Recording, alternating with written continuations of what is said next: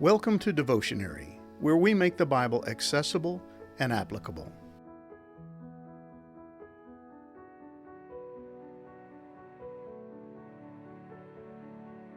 Forgotten and forsaken. That's exactly how the people of Judah felt. While Isaiah has spent the last 61 chapters pointing out their sins and warning them about the coming judgment of God, they couldn't help but feel that they were the ones who had been ignored. They saw themselves as the forsaken ones. It wasn't that Isaiah had failed to expose their guilt and corporate culpability. It was that they just couldn't bring themselves to believe that their circumstances were of their own making. Yet in spite of their refusal to take responsibility for their sins, God is going to offer them the promise of His future restoration. Isaiah 61 verses 1 through 12 reveals that they were going to experience the unbelievable and totally undeserved joy of being redeemed by God. God had not forsaken or forgotten them. He had not turned His back on them. He had great things in store for them. And He wanted them to keep their eyes focused on the future, when they would become once again the holy people, the redeemed of the Lord, sought out, and a city not forsaken.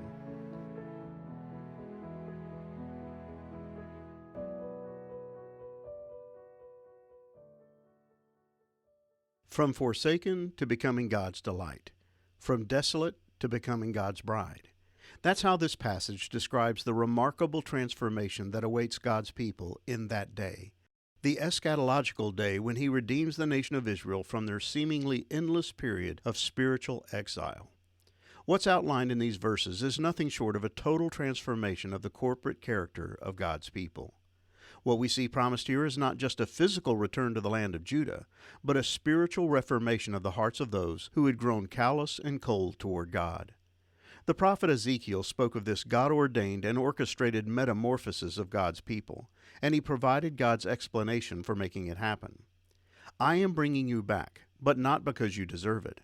I am doing it to protect my holy name, on which you brought shame while you were scattered among the nations. Ezekiel 36, verse 22. But again, this is not just about the return of the people to the land. Yes, God clearly promises to restore His scattered people to the land of Judah. I will gather you up from all the nations and bring you home again to your land. Ezekiel 36, verse 24. But there's more. In the very next line, God tells what else He is going to do. Then I will sprinkle clean water on you, and you will be clean. Your filth will be washed away, and you will no longer worship idols. And I will give you a new heart, and I will put a new spirit in you. I will take out your stony, stubborn heart, and give you a tender, responsive heart. And I will put my spirit in you so that you will follow my decrees and be careful to obey my regulations. Ezekiel 36, verses 25 through 27. Their physical return to the land will be accompanied by the spiritual restoration of their hearts. God will transform His unfaithful and unrepentant people into obedient children who long to do His will. And their transformation will be so complete and so readily apparent that God promises, "The nations shall see your righteousness, and all the kings your glory." Isaiah 62, verse 2. Back in the book of Ezekiel, we have recorded God's stinging words of indictment against His people, charging them with bringing shame to His name among the nations because of their unrighteousness and unfaithfulness. But God also reveals that He's going to rectify that situation by showcasing His holiness through His miraculous transformation of their character. I will show how holy my great name is, the name on which you brought shame among the nations. And when I reveal my holiness through you before their very eyes, says the sovereign Lord, then the nations will know that I am the Lord. Ezekiel 36, verse 23. God's restoration of Israel will be for His own glory, not theirs. When He gathers His dispersed and disobedient children from the four corners of the earth and returns them to the land of Canaan, it will be nothing short of a miracle. But when He completely and radically transforms their inner natures, that will be something all the world will notice and at which they will marvel. Even the pagan nations of the earth will recognize the divine nature of Israel's conversion. And according to verse 2, their change in character will be accompanied by a change in name. Actually, they'll receive two new names, Hephzibah and Beulah. The first means, "My delight is in her," and the second means, "married." These two names would have carried a great deal of significance to the people of Judah because of all that was about to happen to them in the years ahead. God had already told them that He was going to bring about their destruction. I will gather together all the armies of the north under King Nebuchadnezzar of Babylon, whom I have appointed as my deputy. I will bring them all against this land and its people, and against the surrounding nations. I will completely destroy you and make you an object of horror and contempt and a ruin forever. Jeremiah 25, verse 9.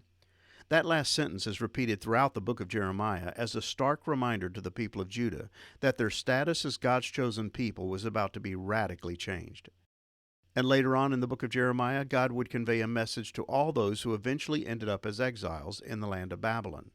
In every nation where I send them, I will make them an object of damnation, horror, contempt, and mockery, for they refuse to listen to me, though I have spoken to them repeatedly through the prophets I've sent. Jeremiah 29, verses 18 through 19. The once proud nation of Judah would become a laughingstock to the nations.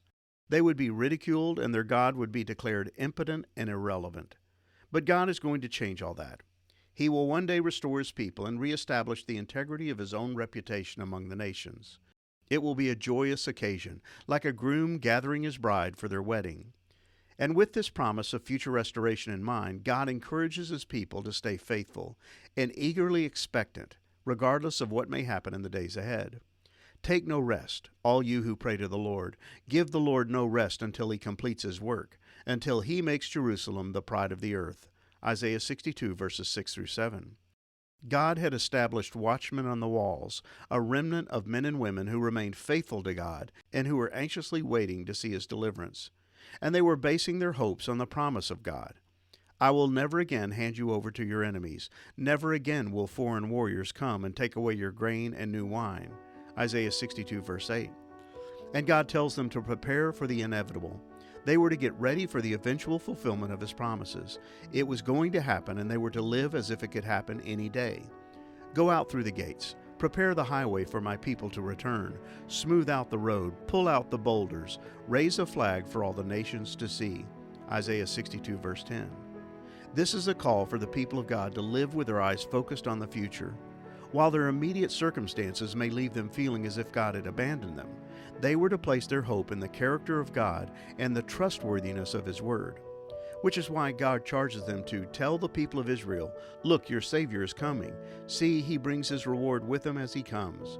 Isaiah 62, verse 11. And just to drive home the incredible nature of the transformation awaiting them, God reveals the new names that will accompany their future state: the holy people, the redeemed of the Lord, sought out, a city not forsaken. As bad as things appeared, their future was secure.